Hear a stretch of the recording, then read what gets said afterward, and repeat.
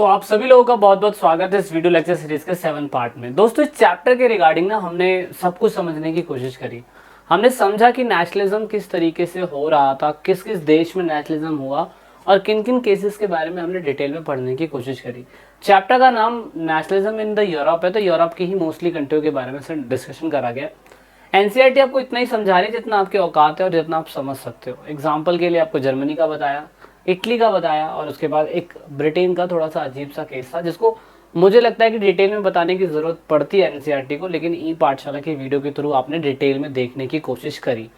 अब ending of the part में हम ये देखने की कोशिश करेंगे कि किस तरीके से नेशनलिज्म के प्रति लोगों ने एक नई आइडियोलॉजी बनाई।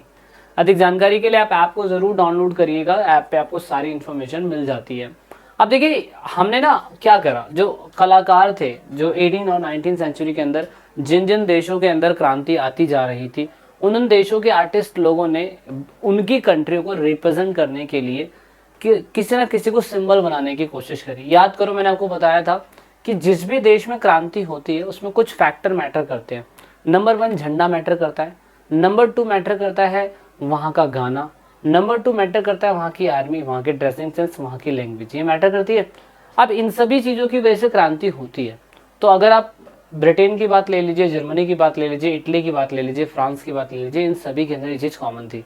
लेकिन आर्टिस्ट कंट्री को रिप्रेजेंट करने की कोशिश कर रहे थे और कंट्री को रिप्रेजेंट करने के लिए जैसे हम लोगों ने भारत को भारत माता की तरह रिप्रेजेंट करा है, ऐसे इन लोगों ने भी अपनी कंट्री में वहाँ की उनकी कंट्री की देवी या स्पेशल वुमेन को माता के रूप में प्रेजेंट करा था।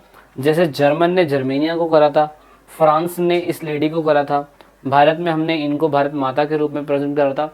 और बहुत लेजेंडरी पेंटर्स थे जिन्होंने ऐसी पेंटिंग बनाई थी और उन्हें एक्सेप्ट करा गया था। उसके बाद इटली में इस वुमेन को क्या कहते हैं बनाया गया था। आपको अगर इनके नेम पता है तो मुझे कमेंट करके ज़रूर बताइएगा। भारत को तो पता है कि भारत माता कहा जाता है, लेकिन इन तीनों को किस नाम से पुकारा जाता है, ठीक है। जहाँ पे भी आप देख रहे हैं इस वीडियो को कमेंट करने की कोशिश करेगा। अब अगर फ्रांस की बात करें तो फ्रांस में सिंबल्स थे, जैसे टोपी, ब्रोकन चेन, ये स्वतंत्रता को दिखाता है, न्याय दिखाता है। जो जस्टिस था वो तलवार को, और क्या कहते हैं टांगने वाली जो भी वेटिंग मशीन थी, वेट था, उसको जस्टिस बताता है। ऐसे में हम कह सकते हैं कि फ्रांस में जो क्या कहते हैं एक फेमस कैरेक्टर था, पॉपुलर क्रिश्चियन नेम था मैरिनाइन करके, उसको क्या कहते हैं फ्रांस में एक देवी के रूप में माना गया था और उसे ही नेशन के रूप में प्रेजेंट करा गया फ्रांस के लोगों ने। और उसी को ही फिर लिबर्टी और रिपब्लिक और ऐसे 3 कलर, टोपी, इन सब में हमें इसको रिप्रेजेंट करने की कोशिश करी। तो फ्रांस में फ्रांस की माता को इस नाम से मैं कह सकता हूँ कैरेक्टराइज करा गया था। सेम ऐसे ही बात करते हैं जर्मनी की। तो जर्मनी में अगर आप देखो तो जर्मेनिया करके एलेगरी बनाई गई। एलेगरी का मतलब क्या होता है? एलेगरी का मतलब होता है रूपक, किसी को रूप देना। तो एलेगरी जो थी वो रूप दी गई थी इसको, और वहाँ फ्रांस में उस लेडी को। तो यहाँ पे Germania become the allegory of German nation. और विजुअल रिप्रेजेंटेशन में जर्मेनिया को आप देख सकते हो किस तरीके से कपड़े पहना के दिखाने की कोशिश करी है।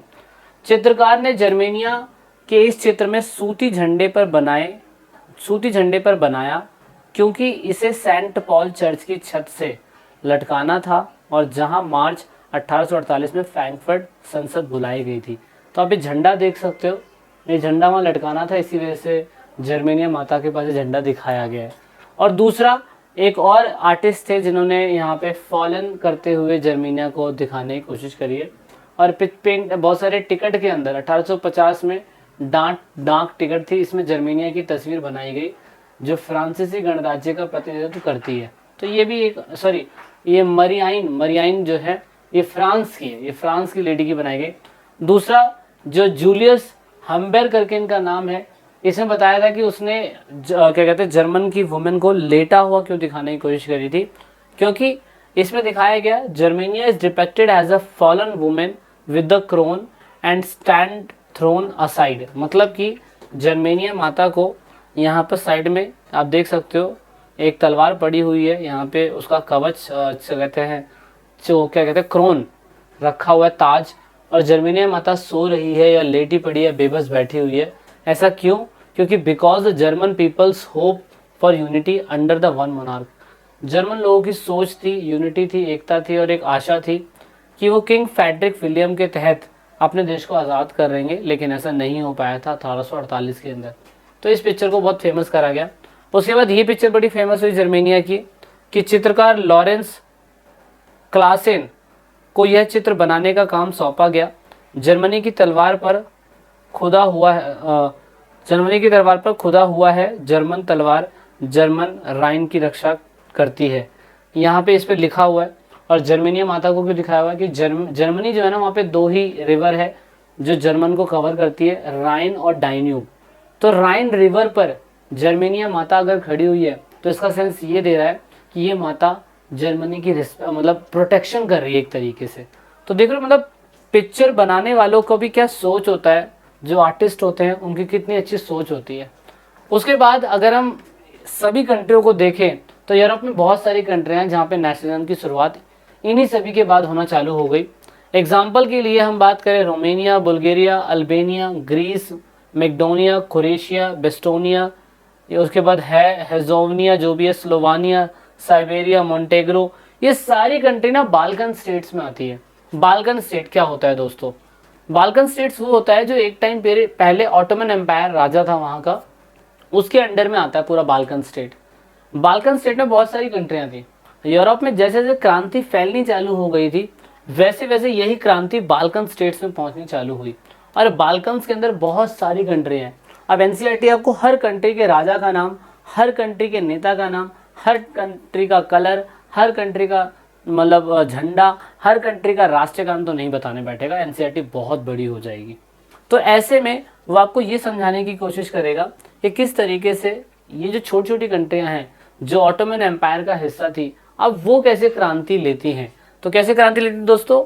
ये सारे के सारे स्लाविक पीपल बोले जाते थे, स्लाविक लैंग्वेज बोलते थे, लेकिन अलग अलग एथनिसिटी के अंदर बटे हुए थे। प्रॉब्लम ये हुई कि जब वहाँ पे क्रांति होती है बाल्कन स्टेट के अंदर, तो सभी लोग अपने राजनीतिक अधिकार की मांग करना चालू कर देते हैं और कहते हैं कि जिस तरीके से बाहर की कंट्री के अंदर पार्लियामेंट्री सिस्टम है, राइट टू वोट है, राजा का शासन खत्म हो गया, ऐसे ही इन कंट्रियों के अंदर भी आना चाहिए। इसकी शुरुआत कब होती है दोस्तों? इसकी शुरुआत होती है जब 1914 के अंदर फर्स्ट वर्ल्ड वॉर शुरू होता है। तो जैसे ही वर्ल्ड वॉर फर्स्ट जो था वो खत्म होने की कगार पे होता है, तो धीरे धीरे आप देख सकते हो the lead of the series of the war, the reason and the finally first world war. और फर्स्ट वर्ल्ड वॉर खत्म होते ही आप देखोगे 28 जुलाई 1914 से लेकर 11 नवंबर 1918 तक फर्स्ट वर्ल्ड वॉर चलता है। और इसकी वजह से यूरोप के अंदर Middle East, Africa, Pacific, Antarctic, Mediterranean sea के आसपास की जितनी भी कंट्रियाँ होती है वो अपने आप को आज़ाद करने की शुरुआत कर देती है।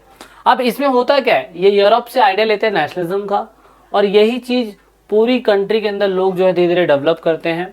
और हर किसी कंट्री के अंदर अपनी खुद की सिचुएशन के हिसाब से नेशनलिज्म पैदा होता है। और नेशनलिज्म पैदा होने के साथ साथ वहाँ पे सोसाइटी डेवलप होती है। और नेशन स्टेट 3 ही चीज़ों की वजह से बनता है, आपके झंडे की वजह से, कॉन्स्टिट्यूशन की वजह से, भाषा की वजह से, राष्ट्रीय गान की वजह से, इन सब से बनता है। And come to accept as natural and universal. और उन्होंने धीरे धीरे फिर क्या कहते हैं, इस चीज़ को किसी ने एक्सेप्ट करा कि ये होना ही चाहिए, और किसी ने लड़ाई करके इस चीज़ को आज़ाद करने की कोशिश करी। तो ये था पूरे इस चैप्टर में कि नेशनलिज्म किस तरीके से फैला। अगले चैप्टर के अंदर हम पढ़ने की कोशिश करेंगे कि भारत के अंदर इस चीज़ की शुरुआत कैसे होती है, या भारत के अंदर इस चीज़ हमें क्या देखने को मिलती है। So this is it in this video guys. I hope आपको पूरा चैप्टर समझ में आया होगा। अधिक जानकारी के लिए आप ऐप पर जरूर जुड़िए। This is it in this video. Thanks for watching. जय हिंद, जय भारत, वंदे मातरम।